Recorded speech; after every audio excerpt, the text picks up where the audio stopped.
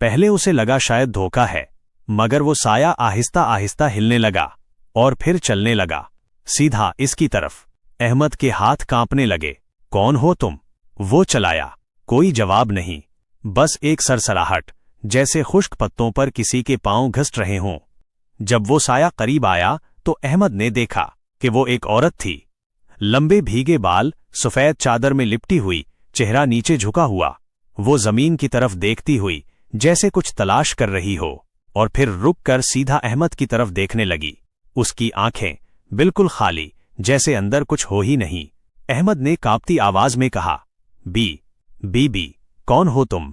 यहां क्यों हो रात के इस पहर?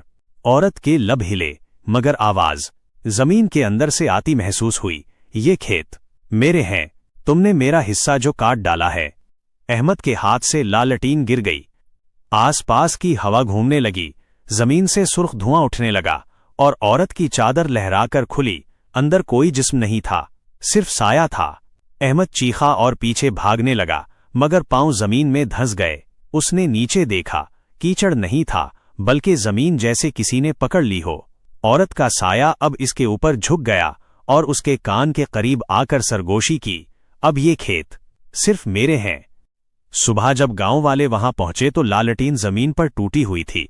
अहमद की लाठी आधी धंस चुकी थी और जमीन पर एक पुराना चौगा पड़ा था, जिस पर गीले खून के निशान थे।